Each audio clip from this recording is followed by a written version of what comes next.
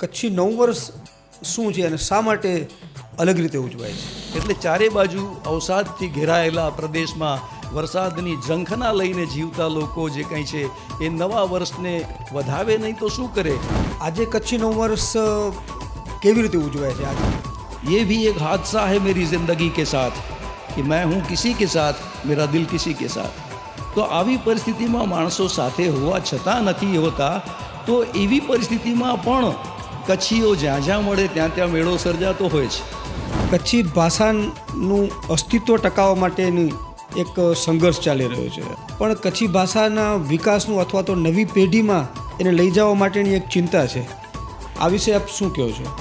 દીપકભાઈ, એવું છે કે આપણને જરૂર લાગે કે કચ્છી ભાષાનું અસ્તિત્વ ભયમાં છે, પરંતુ હકીકત તો એ છે કે ભાષાઓ કોઈ એકેડેમીને કારણે ટકતી નથી હોતી. ભાષાઓ તો જનસામાન્યને કારણે ટકતી હોય છે. યથા ભાષક તથા ભાષા. જસ્ટ મનની વાત કરું છું, કદાચ કડવી પણ લાગશે, પણ એક પત્રકાર તરીકે જ્યારે જોતા હોઈએ ત્યારે એમ લાગે છે કચ્છી ભાષાના વિકાસની વાતો અત્યારે માત્ર પુસ્તકોની પ્રસિદ્ધિ પૂરતી જ રહી ગઈ છે, અને જે લેવલની જે ડિસ્કશન થવી જોઈએ, જે પ્રયાસ થવા જોઈએ, એ કંઈ થતા નથી. ઉદ્ધારો મત્સરગ્રસ્તા પ્રભવ સ્મય દૂષિતા અવબોધોપતાશ્ચાન્યે જીર્ણમંગે સુભાષિતમ. આનમાં બધો સાર આવી જાય છે આપના પ્રશ્નનો.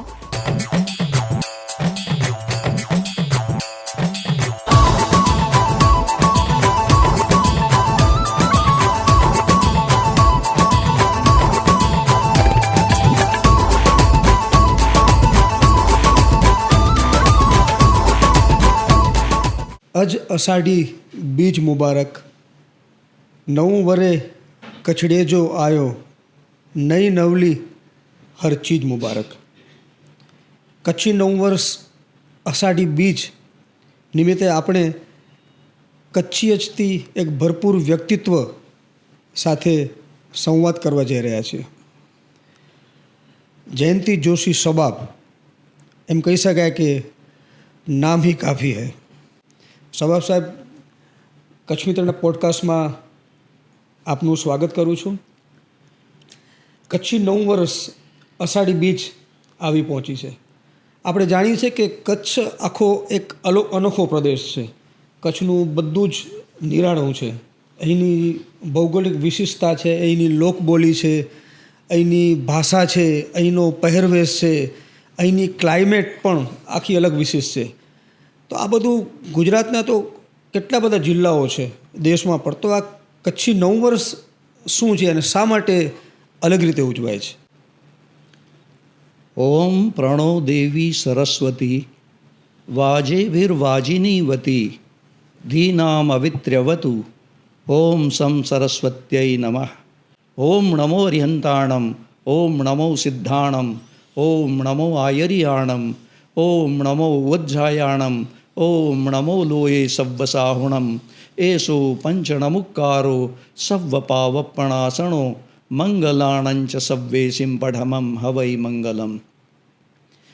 આજના આ એક સપરમા દિવસે, અથવા તો એમ કહો કે આજના આ મંગલમય અવસરે અહીં કચ્છ મિત્રમાં આવવાનું થયું, અને એ બહાને આ પોડકાસ્ટ આપના સુધી પહોંચી રહ્યો છે. એ વખતે જે મારા મિત્ર છે દીપકભાઈ, એમણે બહુ સરસ મજાની એક વાત કરી છે કે કચ્છ જે કંઈ છે અને કચ્છીયત છે, કચ્છી ભાષા છે, આ બધું એકદમ તદ્દન અલગ છે, નિરાળું છે. તો એના વિશે શું કહી શકાય? તો હું તો એમ કહીશ કે મીઠા વડર વસે વેઠા ને નેત નેત છાયું કન, ઉભે આષાઢીલે મીંજી જોડિયું ક્યાં ચોકન, અસાં ઓની મિજ એંદર લઠજી ઉભરો. વાદળો વરસતા હોય એ કચ્છની પ્રજાને માટે એક સ્વપ્ન પણ છે. કારણ કે એક તરફ દીપકભાઈ આપણે જોઈએ છીએ કે રણ આપણને પરેશાન કરે છે, તો બીજી તરફ સમુદ્ર છે જે પાણી તો આપે છે પણ ખારું આપે છે. એક સમંદર ને આવાજ દી કે મુझको પાણી પિલા દીજીએ. તો આ જે જન મેરામણ છે એને માટે મીઠું પાણી જે કંઈ છે એનો મહિમા અનન્ય છે. અને એટલા માટે જ આ પ્રજા જે કહી છે ક્ષણે ક્ષણે, અહીંના કવિઓ પણ જુઓ ને, ગૌતમ શર્મા લખે, કેવી સરસ મજાની વાત લખે કે આકાશથી ઉતરતી હર બુંદને પૂછું, આકાશથી ઉતરતી હર બુંદને પૂછું કે ગૌતમના રણમાં આટલી ભીનાશ ક્યાં સુધી. તો જેમ જેમ ટીપું ટીપું ઓન એન એવરેજ, તમે જાણો છો પત્રકાર તરીકે કે આપણે ત્યાં 15 ઇંચ વરસાદ જે કંઈ છે એ કચ્છમાં હોય છે. અને તમે એ પણ જાણો છો કે આઝાદીના 32 વર્ષોમાં 40 વર્ષોમાંથી 32 વર્ષોનું સર્વે થયું ત્યારે એ દુષ્કાળના કે અછતના હતા. એવી પરિસ્થિતિમાં બુંદ બુંદ માટે તરસતા લોકો એ કઈ રીતે પોતાનું જીવન ગાળતા હોય. મને લાગે છે કે એને કારણે જ એ લોકોએ આષાઢને નવા વર્ષ તરીકે સ્થાપિત કર્યું છે. કારણ કે આમે ખુલ્લું છે કે વર્ષ શબ્દ જે કંઈ છે એમાં વર્ષાનો સમાવેશ ન હોય તો વર્ષ નથી હોતું, અને વર્ષાથી જ હોય છે. એટલા માટે વરસાદનો જે મહિમા છે, આપણે કચ્છીઓ તો વિશેષ જાણીએ છીએ કે જ્યાં વરસાદ ન હોય ને ત્યાં અવસાદ હોય છે. એટલે ચારે બાજુ અવસાદથી ઘેરાયેલા પ્રદેશમાં વરસાદની ઝંખના લઈને જીવતા લોકો જે કંઈ છે એ નવા વર્ષને વધાવે નહીં તો શું કરે. કારણ કે દરેક વખતે જ્યારે પહેલાં વરસાદનું ટીપું પડે ને દીપકભાઈ, ત્યારે જે સોડમ ઉઠતી હોય છે ને એ કચ્છી નવું વર્ષ છે. અને એના ઓવારણા લેવા માટે લોકો ક્યાંથી આવતા હોય છે. કચ્છી નવા વર્ષની ઉજવણીની પરંપરા શું છે? ક્યારથી એની ઉજવણી થાય છે? આજે કચ્છીઓ દાખલા તરીકે વિશ્વ આખામાં પસર્યા હોય તો ત્યાંથી એ લોકો આ વર્ષના અનુસંધાને આવી પહોંચતા હોય છે. કચ્છ તો એવો પ્રદેશ છે જે બિલકુલ નિરાળો છે, જેમ આપે કહ્યું એમ, એટલા માટે કારણ કે એ વખતે તો આપણે ગુજરાતનો એક જિલ્લો નહીં હતા. એ તો જ્યારથી શરૂ થયું છે લાખા ફુલાણીના વખતથી, જ્યારે લાખા ફુલાણીને એક વિશેષ પ્રત્યે એક વિશેષ તત્વ પ્રત્યે, કચ્છનું એક જે વિશેષ તત્વ હતું એના પ્રત્યે એને બહુ મોટો લગાવ હતો. એણે કહ્યું કે ભલ ગોડા કાઠી ભલા ને પેની ઢક પહેરવેશ, રાજા જાદુ વંસરાય ડોલરીઓ કચ્છ દેશ. અને એનાથી આગળ વધીને એમ કે ભલ ગોડા ગુણિયલ ત્રિયા ને વઠે કચ્છ વણા એની ત્રી થોકા અધરાયો વેને અહીંયા. તો આ વઠે કચ્છ વણા એટલે કે વરસતા વરસાદે કચ્છની વનશ્રી જે કંઈ છે એના ઓવારણા લેવા માટે એણે આ આષાઢી બીજ જે કંઈ છે એને નવા વર્ષ તરીકે સ્થાપિત કરી છે. એવી એક માન્યતા છે. કચ્છી નવા વર્ષ તરીકે સ્થાપિત કર્યું. પરંતુ સાચી વાત જ એ છે કે ફક્ત કચ્છ જ નહીં, તમે કાલિદાસને જુઓ ને તો પણ તમને સમજાશે. જે આષાઢસ્ય પ્રથમ દિવસે મેઘમાશ્લિષ્ટ સાનુમ વપ્રક્રીડા પરિણત ગજ પ્રેક્ષણીયમ દદર્શ. આષાઢના પ્રથમ દિવસે કે પ્રથમ દિવસે જ્યારે વાદળો ઘેરાતા હોય એ વખતે સાચી વાત એ પણ છે કે આ તો આષાઢના મહિનાની શરૂઆત જે કંઈ છે ને એ તો વિરહીજનો માટે પણ છે. એમાં લોકો તડપતા હોય છે, પોતાના પ્રિયજનોને ઝંખે છે.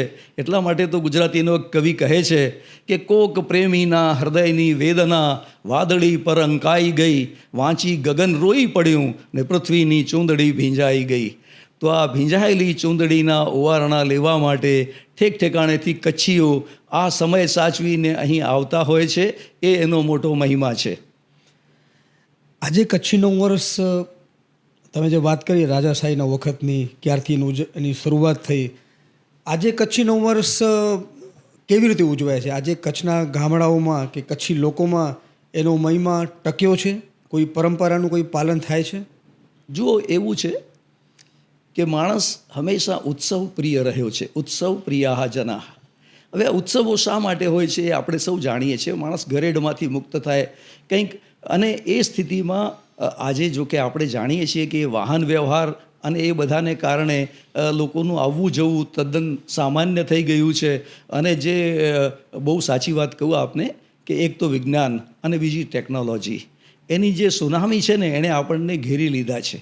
અને એને કારણે આપણે એટલા બધા નજીક હોવા છતાં એકબીજાથી દૂર છીએ. ये भी एक हादसा है मेरी ज़िंदगी के साथ कि मैं हूँ किसी के साथ, मेरा दिल किसी के साथ. તો આવી પરિસ્થિતિમાં માણસો સાથે હોવા છતાં નથી હોતા. તો એવી પરિસ્થિતિમાં પણ કચ્છીઓ જ્યાં જ્યાં મળે ત્યાં ત્યાં મેળો સર્જાતો હોય છે. અને આપને નવાઈ લાગશે કે જ્યાં કચ્છિયતની વાત થતી હોય છે ને ત્યારે બીજું બધું વિસારે પાડીને, that is the Paramount element, માણસમાં કચ્છી હોવું એ જ સર્વોપરી છે, એ ભાવ સાથે કચ્છીઓ મળતા હોય છે. અને એટલા માટે કોઈ એક વર્ષની વાત કરીએ, અમારા એક મિત્ર છે હંમેશા કચ્છી નવા વર્ષે મળે મને કચ્છમાં આવે ત્યારે. એટલે મેં એને કહ્યું કે ભાઈ તું તો મુંબઈ વસે છે અને તું વર્ષે દાડે એકવાર આવીને મળી જાય, શું છે? તો કે શબાબ આઉं हिकिड़ो ॾींहुं कच्छ में अचां तो ई ॻाल्हि सची आहे, પણ બાકી જે ॾींहुं કચ્છ મું में हुए તો. એટલે એ જ્યાં વસે છે ત્યાં કચ્છ એની અંદર એની તવાર છે, તાળેજી તવાર, જે વરસાદ વરસે અને જે પશુ પક્ષીઓ જે છે એ એના બોલતા થતા હોય છે, તો એની અંદર જે તવાર છે, મતલબ કે નિરંતર મિલનની ઝંખના, એ કચ્છિયતનું મૂળ છે. અને એટલા માટે કચ્છિયતથી ઘેલા લોકો જો કચ્છમાં પણ વરસાદ પડે ને તો મને લાગે છે કે મુંબઈમાં હેમરાજ શાહ ઉજવવાનું શરૂ કરી દે છે. તો આવી રીતે જ્યાં જ્યાં કચ્છીઓ વસ્યા છે ત્યાં ત્યાં આ વરસાદના ઓવારણા લેવાતા હોય છે અને ત્યાં ત્યાં મેળાની શરૂઆત થઈ જતી હોય છે. એવું નથી કે અહીં આવે તો જ કચ્છ છે, કચ્છનું સ્મરણ થતાની સાથે જ કચ્છ એની અંદર ઊભું થતું હોય છે. આપને એક બહુ મજાની વાત કરું દીપકભાઈ, કે આપણો જે કાર્યક્રમ છે ને એ છે 360 ડિગ્રી. આ 360 ડિગ્રીનો મતલબ જ એ છે કે એમાંથી એકેય ડિગ્રી ઓછી નથી. અને આ ડિગ્રી 360 કરે ને એટલે આખું વર્તુળ થતું હોય છે, જેને માટે સંસ્કૃત સાહિત્ય એમ કહે કે અખંડ મંડલાકારમ વ્યાપ્તમ યેન ચરાચરમ. એવું અખંડ મંડલ જે ચર અને અચર, સજીવ અને નિર્જીવ બધાને આવરી લેતું હોય, એવા કચ્છને જ્યારે આપણે જોઈએ છીએ ત્યારે ફક્ત એક પ્રદેશ તરીકે નથી જોતા, ફક્ત એક જિલ્લા તરીકે નથી જોતા, પણ જત જત હિકड़ो કચ્છી વસે ઓત ડિયાણી કચ્છ. જ્યાં જ્યાં કચ્છી જઈને વસ્યા છે ત્યાં એનો એ કચ્છને સાથે લઈ ગયા છે. આપને નવાઈ લાગશે કે મારી પોતાની જે દોહિત્રી છે એ ભલે ઓસ્ટ્રેલિયામાં બેઠી હોય પણ એને બે જ ભાષાઓ આવડે, એક તો અંગ્રેજી આવડે ને કાં કચ્છી આવડે. તો એ રીતે કચ્છી જે કંઈ છે એ કેવી રીતે લોકોના હૃદયમાં જીવીને દરિયાપાર સુધી પહોંચી ગઈ છે, એ જોવું હોય તો કચ્છીઓ પાસેથી શીખવું જોઈએ. સાહેબ, તમે કચ્છી ભાષાની વાત કરી, આપ પણ કચ્છી ભાષાના નિષ્ણાંત છો, અને કચ્છી ભાષા કે કચ્છી બોલી એ કચ્છની અસ્મિતાનું પ્રતીક છે. આપણે જાણીએ છીએ કે કચ્છી ભાષામાં જ આપણા કારાયલ સાહેબને પદ્મશ્રી સન્માન મળ્યું છે. પણ કચ્છી ભાષાનું અસ્તિત્વ ટકાવવા માટેની એક સંઘર્ષ ચાલી રહ્યો છે, અને એક એવો મત છે આજે ગામડાઓમાં કે મુંબઈમાં કે જ્યાં જ્યાં કચ્છી વસે છે, જે તળપદા કચ્છીઓ કચ્છી ભાષા બોલે છે, પણ કચ્છી ભાષાના વિકાસનું અથવા તો નવી પેઢીમાં એને લઈ જવા માટેની એક ચિંતા છે. આ વિશે આપ શું કહો છો? દીપકભાઈ, એવું છે કે આપણને જરૂર લાગે કે કચ્છી ભાષાનું અસ્તિત્વ ભયમાં છે, પરંતુ હકીકત તો એ છે કે ભાષાઓ કોઈ એકેડેમીને કારણે ટકતી નથી હોતી, ભાષાઓ કોઈ વૃત્ત પેપરને કારણે ટકતી નથી હોતી, ભાષાઓ તો જનસામાન્યને કારણે ટકતી હોય છે. યથા ભાષક તથા ભાષા. જે બોલાય છે ભારતે પશ્ચિમે તીરે કચ્છ દેશે પ્રવર્તિતામ લોક જિહ્વાગ્રે સ્થિતામ તમ સદવાણીમ નમામ્યહમ. જે લોકોની જીભે વસે છે સરસ્વતી, એ સરસ્વતી જે કચ્છ છે, જેને સિંહવાહિની પણ કહી છે, કારણ કે ઉચ્ચરિત શબ્દો તો સિંહની સવારી જેવા હોય છે હો, એમાં તમે પછી માફીને કોઈ સ્થાન નથી હોતું. લિખિત હોય તો આપણે બીજા દિવસે માફી માગી શકીએ, પણ જે બોલાઈ જાય છે એ તો એકડો ઘા ને બટોકર, એ તો તરત જ સામે જઈને અસર પહોંચાડતી હોય છે. અને એટલા માટે જ જ્યારે આપણે દિલજી ગાલિયો વિભાગ શરૂ કર્યો ને ત્યારે એનું ટાઇટલ જ એ આપ્યું કે એ દિલની ભાષા છે. बात जो दिल से निकलती है असर रखती है, पर नहीं ताकते परवाज मगर रखती है. જો એ દિલથી નીકળેલી વાણી હોય છે અને એટલા માટે દિલ સુધી પહોંચતી હોય છે. એનાથી પણ વધુ સારી વાત આપને કહું તો એ છે કે કચ્છી ભાષામાં ઉચ્ચરિત શબ્દો જે છે એનો મહિમા અનેક ગણો છે. અનેક ગણો એટલા માટે છે કારણ કે એ સીધી નીકળે છે. જ્યારે મોરારી બાપુને ત્યાં પ્રવચન માટે કચ્છી ભાષા માટે જવાનું થયું ત્યારે મને પૂછ્યું કે આ તમે આટલું બધું લખી આવ્યા છો બોલવા માટે, તે કાગળથી આગળ કાંઈ છે ખરું? એટલે મેં એમને કીધું આખી કચ્છી ભાષા કાગળથી આગળ છે. કારણ કે કાગળો જે કંઈ છે ને એ તો વચમાં આવતા ચશ્મા જેવા છે, એ તમને અટકાવી રાખે છે. એ ન હોય જો, કારણ કે તમે વાંચશો તો ક્યાં સુધી છે ને. मज़ा तो जब था कि वो मेरे मुंह से सुनते दास्तां मेरी, मज़ा तो जब था कि वो मेरे मुंह से सुनते दास्तां मेरी, मेरा कासिद कहाँ से लाएगा યાર અબ જુબાં મેરી. આ મારો ખેપિયો છે એ મારી વાણી ક્યાંથી લાવશે? હું એને જે કાગળ લખી આપું છું, નામાબર હાલ મેરા ઉનસે જુબાની કહેના, એ પત્રવાહક મારો સંદેશો એને મોઢે કહે છે. જેવી રીતે યક્ષે મોકલ્યો તો સંદેશો પ્રિયતમા માટે, તો એ ઓરલ જ હતો, કારણ કે યક્ષે જે વાદળને કહ્યું એ તો મૌખિક જ હતું, છે ને. તો એ મૌખિક આવેલો જે સંદેશો છે એ જે રીતે જળવાઈ રહ્યો, અને આજે આટલા વર્ષો પછી પણ લોકો એને વાંચે છે, સમજવાનો પ્રયત્ન કરે છે અને સમજી એ જ શકે છે જે યક્ષની પ્રેયસી છે. બીજા કોઈને માટે તો એ કવિતા હોઈ શકે છે, એમાં કોઈ છંદ જોઈ શકે છે, કોઈ સમાસ જોઈ શકે છે, કોઈ અલંકાર જોઈ શકે છે, પણ દિલને જે અડે એવી કવિતા જે કહી છે એ પોતે વાણી હોય છે. અને એટલા માટે કચ્છી વાણીને જે એક જે ભય લાગે છે કે કદાચ આનું અસ્તિત્વ જતું રહેશે, તો એવું નથી. કારણ કે જ્યાં 2-4 વર્ષના બાળકો પણ કચ્છી એકદમ, હા એક વાત સાચી છે કે આપણે એને જો થોડું ઘણું વ્યવસ્થિત કરીએ અને જો કોઈ ઠેકાણે એને ભણવા માટે, એટલે કે ક્યાંક પ્રાથમિક કક્ષાએ કે કોઈ ઠેકાણે જો અગર એને સ્થાપી શકાય તો એ સોનામાં સુગંધ રહેશે. કારણ કે આખરે તો standardisation of dialect is language, જે બોલીઓ છે એનું માનકીકરણ કરવું જોઈએ. અને એ આપણે લોકોએ સાથે રહીને, જે એકેડેમી છે એની સાથે રહીને આ અંગે વાતચીત કરવી જોઈએ.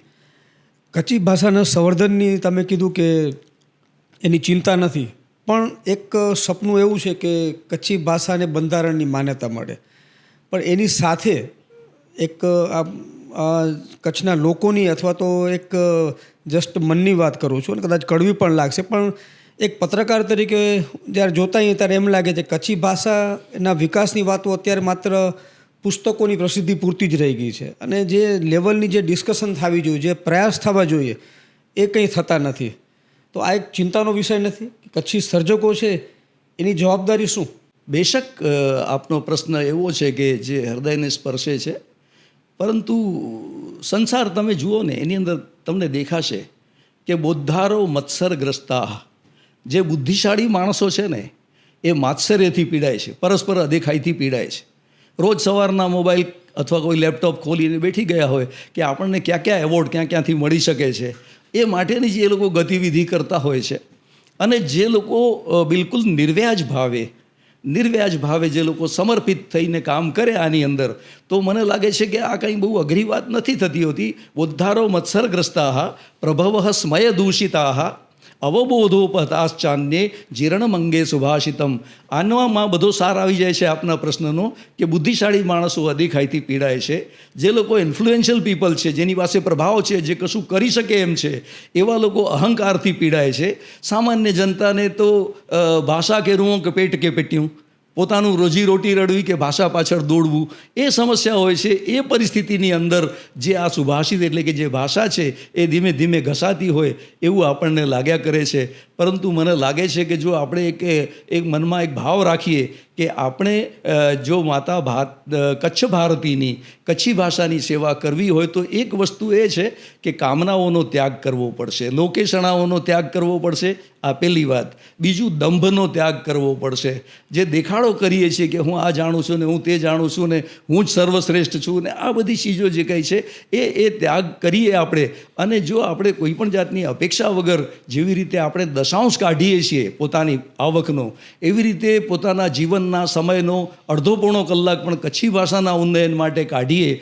તો મને લાગે છે કે કચ્છી ભાષાનો વલીવાર થશે, એમાં આપણને કોઈ અટકાવી નહીં શકે.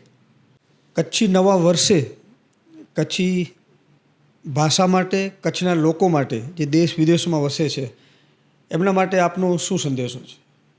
સિંહ સિંચાણું ને સાહસી નર, સિંહ સિંચાણું ને સાહસી નર સે પ્રથમી સજી ફેરે, કોકડ કબૂતર ને મૂરખ નર સે ઓનજ ખોડી મેં મરે. એટલે કચ્છીઓ એ રીતે સતત વિચરણશીલ રહ્યા છે અને એથી ઘણી રીતે સમૃદ્ધ રહ્યા છે. જ્યાં જ્યાં ગયા છે ત્યાં ત્યાં પોતાની ભાષા લઈને ગયા છે અને એ કારણે કચ્છીનો પોતાનો વ્યાપ પણ વધતો રહ્યો છે. એ બાબતે કશું એ ચિંતા કરવા જેવું નથી. જ્યાં સુધી માન્યતાનો સવાલ છે તો એ સવાલ તો પ્રજાએ પોતે પહેલાં માન્યતા આપવી જોઈએ, પછી કોઈ સંસ્થા એને માન્યતા આપી શકે. અને એટલા માટે પહેલું જે પગથિયું છે તો એ છે કે પ્રાથમિક અથવા કોઈ માધ્યમિક કક્ષાએ એને કઈ રીતે દાખલ કરી શકાય એ માટે બધા વિદ્વાનોએ ભેગા થઈને બેસવું જોઈએ. જે નવું વર્ષ છે એના બાબતે તો હું એક જ વાત કહીશ કે દિને દિને નવમ નવમ, જ્યારે જ્યારે કંઈક નવું સર્જન કરીએ ત્યારે નવું થતું હોય છે. આપણે જો એક જ કુંડાળામાં ફર્યા કરતા હોઈએ તો એ નવું વર્ષ આપણા માટે નથી હોતું. નવા વર્ષ માટે આપણે નિરંતર એવી કામના કરીએ. કારાણી બાબા તો એમ લખે કે આષાઢના સમયમાં એમનું જ વાક્ય કહું કે આષાઢી અભમે અજ હીરે જા ઢેગતા હાલે.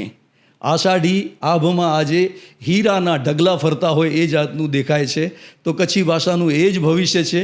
આ હીરામાંથી કેટલા આપણે ઉતારી શકીએ છીએ અને કેટલા આપણે બધાની વચ્ચે વહેંચી શકીએ છીએ એ જ એનો મોટો દારોમદાર છે. જયંતિભાઈ, આપ કચ્છ મિત્રના આમંત્રણને માન આપી અને પોડકાસ્ટમાં આવ્યા, આપનો ખાસ આભાર. અને એક આજની પેઢી છે, યુવા પેઢી છે, એને ખાસ અપીલ કે તમારે કચ્છને જાણવું હોય, કચ્છની વિશેષતાઓ ખૂબીને જાણવી હોય, કચ્છી ભાષાનું જાણવું હોય તો આ પોડકાસ્ટ અચૂક જોઈએ. આપનો ખૂબ ખૂબ આભાર દીપકભાઈ. કોઈ બે શબ્દ બોલે છે જીવન વ્યવહાર માનીને, ને ઉતારે છે કોઈ શિરેથી ભાર એ આભાર માનીને. કૃતજ્ઞને કદી ઉપકાર વશ રહેવું નથી ગમતું, ઉતારે છે શિરેથી ભાર એ આભાર માનીને.